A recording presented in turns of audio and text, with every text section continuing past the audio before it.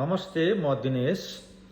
जेनजीहरूको आन्दोलन पश्चात भएको नेपालको सत्ता परिवर्तन जुन अहिलेको परिवेश छ, यो परिवेशमा जुन नेपालका राजनीतिक दलहरूप्रतिको जुन जनताहरूको तिक्तता थियो र त्यो हिसाबले जसरी राजनीतिक दलहरूको एक प्रकारको यो पतन नै भन्नुपर्छ, यो यिनीहरूले गरेको गतिविधि जुन यो दशकौँदेखि यो र त्यो बहानामा यो र त्यो कुरामा राजनीतिक दलहरूको व्यापक एउटा चाहिँ भनौँ न एउटा लडाइँ, एउटा अन्तर चाहिँ विरोध कलह जस्तो खालको परिस्थितिबाट वाक्क भएर आजित परेको नेपाली जनताहरूमा एउटा युवा पुस्ताहरूलाई व्यापक यिनीहरूको चाहिँ कार्यहरूको भनौँ न विरुद्धमा एउटा फ्रस्ट्रेसन पैदा भएर गरिएको यो आन्दोलन हो। कतिपयले कुरा गर्छ कसैले लगायो, अदृश्य रूपमा विदेशी शक्ति प्रयोग भयो अथवा स्वदेशी चाहिँ नि कोही न कोहीले रिमोट चलाएर यसरी युवाहरूलाई यसरी प्रयोग गर्यो भन्यो।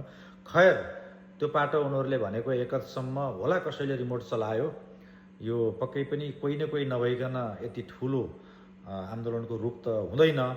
यद्यपि जुन यो राजनीतिक दलहरूले जुन तरिकाले हामी जनतालाई जुन वाक्क र एउटा टिम्की बनाएका थिए यिनले, यो हिसाबमा जनताहरू जाग्नु, एउटा युवा पिँढी जाग्नु, यथार्थमा यो जाग्नु एउटा पनि थियो, आवश्यक पनि थियो र यो समयको माग पनि थियो एक प्रकारले भन्नुपर्दा।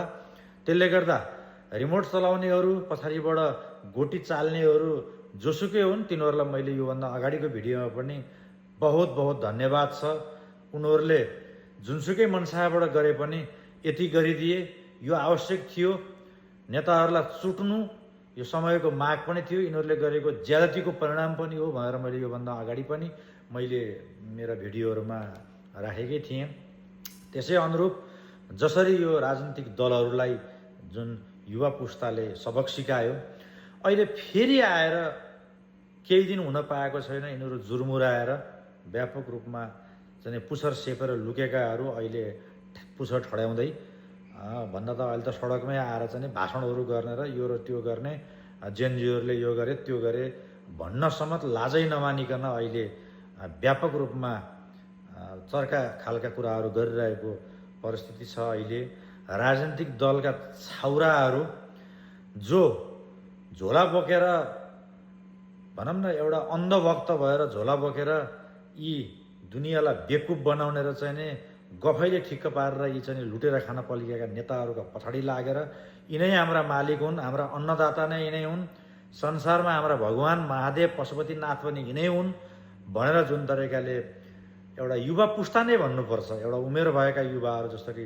पछि लागेका छन्, अझै पनि कुरो नबुझेर ती छौडाहरूले जुनसुकै दलका, मैले यो र त्यो भनिनँ होइन, दलमा हालिमाली गरेर चाहिँ नि बसेका र कतिपय नेताहरूको पुच्छर समातेर चाहिँ नि आफ्नो अनुकूल मिलाउन पल्केका बुवासा छौडाहरूले पनि फेरि विभिन्न खालका स्ट्याटसहरू यो र त्यो बहानामा फलानु नै राम्रो रहेछ, हलानु नै राम्रो रहेछ, हाम्रो राष्ट्रवादी भनेको यो, हाम्रो फलानु भनेको यो होइन।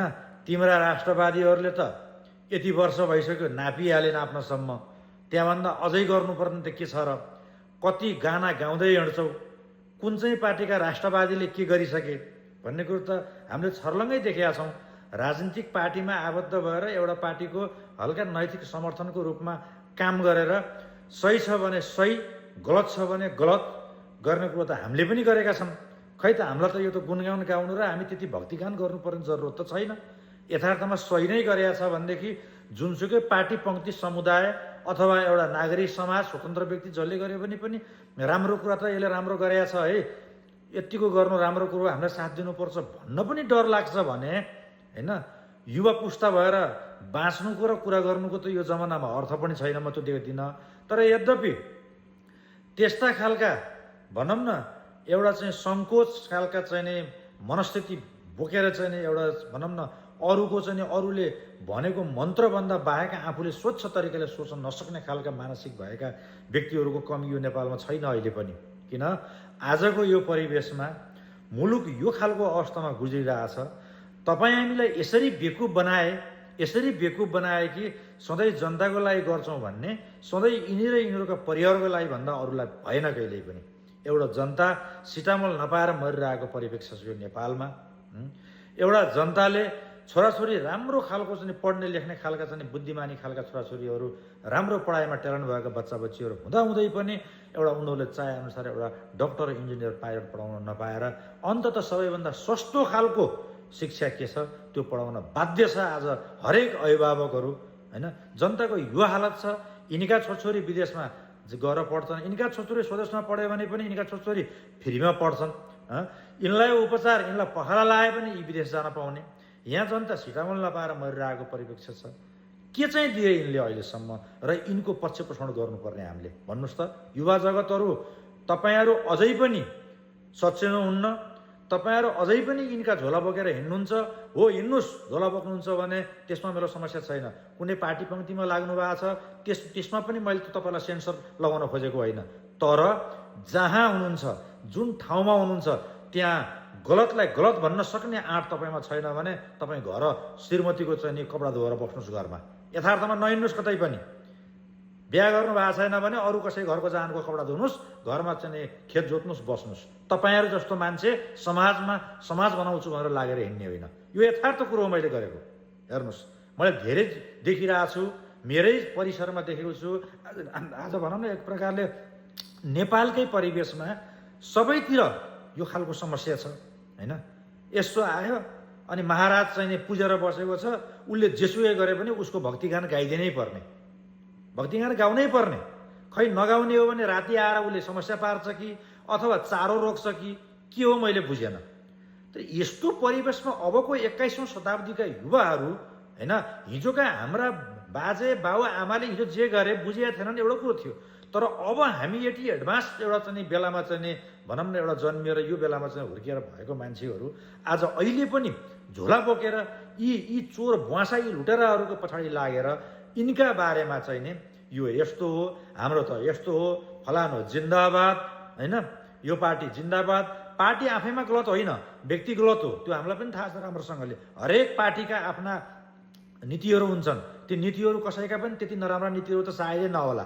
समाज परिवर्तन गर्ने खालकै नीतिहरू बनाएका हुन्छन्, सुथिया बनाउन बनाए पनि त्यो त बनाएका हुन्छन्। तर कुन पार्टीभित्रमा कुन पार्टी पङ्क्तिमा कुन मान्छे ठिक छन् र कति प्रतिशतसम्मको सङ्ख्या त्यो पार्टीमा ठिक छ र आबद्ध छ नेतृत्व तहमा, यो त हामीले ख्याल गर्ने होला नि त होइन। सबै राम्रा हुन्छन् भन्ने छैन भन्नु होला कतिपयले, यो मान्छेले दोष मात्रै दियो भन्नु होला, त्यो भनेको होइन। सबै राम्रो कुरा होइन। एउटा 10 जना जानु भएको तपाईँ हाम्रा घर पुर्याएर पनि हामी सबै ठिक भएर एउटा बेठिक भएर त्यसले हामीलाई तरक्कै रहेको हुन्छ घरमा, त्यो बुझिया छौँ, सबै कुरो थाहा छ। यत्रो पार्टी पङ्क्तिमा सबै राम्रा हुन्छन् भन्ने कुरोको ग्यारेन्टी होइन। तर एउटा भनौँ न औसतमा केन्द्रीय लेभलमा यति राम्रो छ, यो खालको ठाउँ छ, फलानो 1-2 जना फटा भए पनि ल अरू चाहिँ यो ठाउँमा यो पार्टीमा यस्ता आबद्ध छन् भन्ने कुराहरूले त महत्त्व राख्ला नि त पक्कै पनि। सबै चोरै चोर, लुटेरा नै लुटेरा, 99% लुटेराहरू भएको ठाउँ राम्रो कि केही हदसम्म थोरै भए पनि त्यहाँ चाहिँ ल है त्यहाँ त्यो चाहिँ ठिक छ भन्ने राम्रो। त्यसले गर्दा पार्टी पङ्क्तिलाई यो हामीले विचार विमर्श गर्ने हो, हामीले हेर्ने हो। अबको युवालाई त्यो कसैले हो महावीर पुनले भने चाहिँ अर्काको बुद्धिमा किन लाग्छ हौ, तिम्रो आफ्ना बुद्धिमा लाग्यो, आफ्नै बुद्धि अनुसार युवा हिँड्नुपर्छ, अरूको सुझाव र ऊ मात्रै लिने होइन भने जस्तो हो। अरूका मन्त्र मात्रै पढेर कहिलेसम्म जप्ने हो हामीले। त्यस कारणले गर्दा कृपया युवा पङ्क्तिलाई मैले यो एकदम जागरुक बनाउन खोजेको। आज भनौँ न समाजमा टोलमा जनजनमा यो खालका कुराहरू चाहिँ एउटा फिजाउनु जरुरी छ। त्यसले गर्दा यहाँहरूसँग मेरो एउटा निवेदन के छ भने यहाँहरूले भिडियो पूर्ण रूपमा हेरिदिनु भएको छ, नत्र भने 1-2 हजार 2-4 हजार भ्युज आउने भनेको त नहेरिकन आउने होइन। त्यसले गर्दा यहाँहरूले जति सक्दो मनपर्छ यी कुराहरूमा सहमत हुनुहुन्छ भिडियो सेयर गर्नुहोस्, बढीभन्दा बढीले हेरोस्, ताकि मान्छेले कुरा बुझोस् होइन। र आफूलाई आफ्नो मनमा लागेका जे कुराहरू छन् तपाईँले कमेन्टमा राख्न सक्नुहुन्छ। कमेन्ट गर्दा पनि यहाँ त कतिपय के छ भने मैले गरिरहेका यी कुराहरूका पछाडि कमेन्ट गर्दाखेरि चाहिँ नि भोलि तपाईँहरूको पार्टी पङ्क्तिका यी भरौटेहरूले भोलि कारबाही गरेर किन तैँले यस्तो लेखिस् भन्न सक्ने खालको पनि समस्या छ। यस्तोसम्म सिन्डिकेट गरेर राखेका छन् यिनीहरूले होइन। जनतालाई र आफ्ना कार्यकर्तालाई यसरी सिन्डिकेट गरेर राखेका छन्, यसरी एउटा घेराबन्दीमा राखेर चाहिँ नि सकभर उनीहरूलाई बाहिरी कुरा बुझ्न नदिने र उनीहरूलाई आफ्नो परिधिभन्दा बाहिरतिर चाहिँ फैलिन नदिने खालको तरिकाले राखेर यसरी गोलबन्द गरेर एउटा राष्ट्रलाई नै एउटा गोल चक्करमा फसाउने यी चोर, यी लुटेराहरू यिनका पछि लागेर हुँदैन।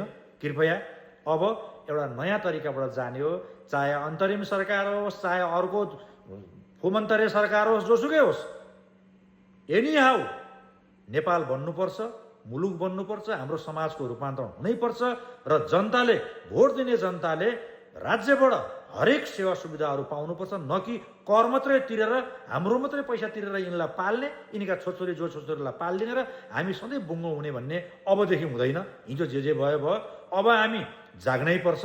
हेर्नुहोस्, यो पार्टी पङ्क्ति छोड्नुहोस्। म एउटा सपोज मायावती केन्द्रमा म आबद्ध छु होइन, माओवादी केन्द्रले नै यो ठाउँमा मेरो बैजनाथमा भोलि गतिलो मान्छे उठाउँदैन र कुनै सोचपोचको तालमा ल्याएर भ्रष्ट खालको मान्छे उठाएर चाहिँ नि भोलि त्यहाँ पनि चाहिँ नि एउटा खालको चलखेल गरेर उठाउँछ र जनतालाई बेकु बनाउँछ भने मैले माओवादीलाई भोट दिनुपर्ने जरुरत के छ यो संसारमा? ल भन्नुहोस् मलाई। मैले के ऋण खाएको छु र मैले दिने? त्यस कारणले गर्दा ठिक छ, ओके, ठिक छैन, चलखेल गरेर दिने र फटाएर फेरि पनि उही 1950 का बुढा गोरु थाहा नपाएको यो अहिलेको आधुनिक संस्करणमा चाहिँ केही पनि थाहा नपाएको चाहिँ अन्धो यस्ता खालका मान्छेलाई खबरदार दिइन्न। पार्टी पङ्क्तिमा होला, त्यो आफ्नो ठाउँमा छ, गतिलो उठाउँदैन, खबरदार जसले उठाउँछ त्यसलाई दिउँ। किनभने यिनका बाबुको ऋण खाएको छैन हामीले, सहीको लागि गर्ने यो कुरा। त्यसले गर्दा कृपया यस्ता कुराहरूमा तपाईँहरूले साथ दिनुपर्ने हुन्छ। मलाई मात्रै होइन, यस्ता खालका कुरा गर्ने हरेक जनजनलाई हामीले साथ दिनुपर्ने हुन्छ, किनभने त्यसै परिवर्तन सम्भव हुँदैन। आज आलो रगत बगेको छ भर्खरै, आज 72-75 जनाले ज्यान गुमाएको छ यो आन्दोलनमा। यिनले सही गरिदिएर हिजैदेखि मुलुक एउटा ठाउँमा स्ट्यान्डमा उभ्याएर ल्याएको भए आज यत्रोको रगत बग्नुपर्ने जरुरत थिएन। यहाँ ज्यादातिर अति भइसकेपछि घैँटो फुटेको हेर्नुहोस्। जसले जे भने पनि, जसले रिमोट चलाउला, अहिले व्यापक रूपमा चाहिँ भारतले चलायो, अमेरिकाले चलायो, यहीँबाट कसैले चाहिँ लुकेर कहिले बालेनले चलायो, कहिले प्रचण्डले चलायो भने तापनि यो खालको माहौल सिर्जना भइसकेपछि उक्त माहौलसँग समायोजन हुन सक्ने र त्यसभित्र घुलमिल गर्न सक्ने तरिकाले चाहिँ आन्दोलन चलाएका हुन्। नत्र गतिलो भइदिए भए यो आन्दोलनको जरुरत पनि थिएन, कसैले रिमोट चलाएर रिमोट चल्नेवालो पनि थिएन। त्यसले गर्दा हामी जतिको मान्छे डिटेल थाहा छ हामीलाई सबै कुरो राष्ट्रिय अन्तर्राष्ट्रियको बारेमा। धेरै यहाँ यी बोक्रे मान्छेहरूले सिकाउनु पर्ने कुनै पनि जरुरत छैन। राजनीतिको बारेमा के हो कसो हो, सामाजिक सर्कलमा के हो कसो हो, रूपान्तरण गर्नको निम्ति गर्ने के, घाटा के हो र नाफा के हो भन्ने कुरा यहाँ कसैले अबको युवालाई सिकाउनु पर्दैन। बस घेराबन्दी गरेको ठाउँबाट उम्किनु पर्ने हुन्छ, उम्किनुहोस्। हाम्रै एउटा स्वविवेकले पनि मुलुक रूपान्तरण गर्ने कुरामा हामीलाई एउटा तरिकाबाट अगाडि बढ्नुपर्छ भन्ने ज्ञान पक्कै पनि हामीलाई सद्बुद्धि उपरवालले दिएको छ। मैले यही भन्दै फेरि पनि भिडियोलाई लाइक, कमेन्ट र सेयर गर्ने कुरामा पछि नपर्नु होला। यति यहाँहरूसँग मेरो भनौँ न यहाँहरूसँग अनुरोध गरेँ। र अन्तमा अहिले हामी सम्पूर्ण नेपालीहरूको महान चाड लगभग विजया दशमी लगभग आइसक्यो भन्दा पनि हुन्छ। अब घट स्थापना पछि त लगतै दसैँ सुरु भइसक्यो। त्यसले गर्दा यो विजया दशमीको उपलक्ष्यमा सम्पूर्ण हाम्रो स्वदेश तथा विदेशमा बस्ने सम्पूर्ण नेपालीहरूमा हार्दिक मङ्गलमय शुभकामना व्यक्त गर्न चाहन्छु।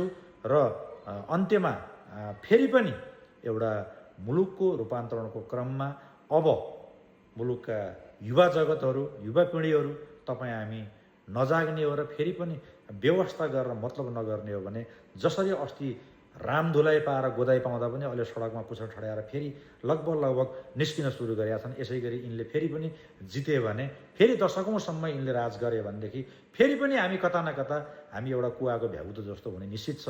त्यसले गर्दा यसतिर लाग्ने कुरामा र सबैले आफ्नो ठाउँमा बनाउने कुरा भएको कारणले गर्दा हामी पनि हाम्रो बैजनाथको भनौँ न एउटा जिम्मा तपाईँ हाम्रो काँधमा भएको कारणले गर्दा बैजनाथलाई पनि एउटा नेपालकै नमुना गाउँपालिका बनाउने कुराहरूमा तपाईँ हामी जुट्यौँ भने पक्कै पनि नहुने भन्ने केही पनि छैन। हामीलाई सबै कुरो थाहा छ, कहाँ राम्रो कहाँ नराम्रो, कहाँ घाटा कहाँ नाफा, जनतालाई के कुरा दिँदाखेरि चाहिँ जनताले सेवा सुविधा पाएको अनुभूति गर्न छ, जनतालाई कुन चाहिँ कुराहरू चाहिँ दिने हो भनेदेखि जनताले भोट हालेको अनुभूति पाउनेछ, जनतालाई के कुराको आवश्यकता छ ती कुराहरू पुरा गर्नै पर्ने कुरामा विकासका बेफुजल कुराहरू कार्यक्रमहरू लिएर आएर करोडौँ रुपियाँ अन्त चाहिँ तपाईँको हालिदिएर सिद्धिएर कमिसनको खेल गर्ने कि एउटा जनताले जनताको घर र जनताको चुलाभित्र भएको आवश्यकतालाई पूर्ति गर्ने, त्यहाँभित्रको पूर्ति गर्ने त्यो कुरालाई आवश्यकतालाई पुरा गर्ने भन्ने कुरालाई त महत्त्व राख्छ होला। त्यतातिर त कसैले पनि ध्यान दिन्न, किनभने त्यहाँ त कमिसनका कुराहरू हुन्नन्।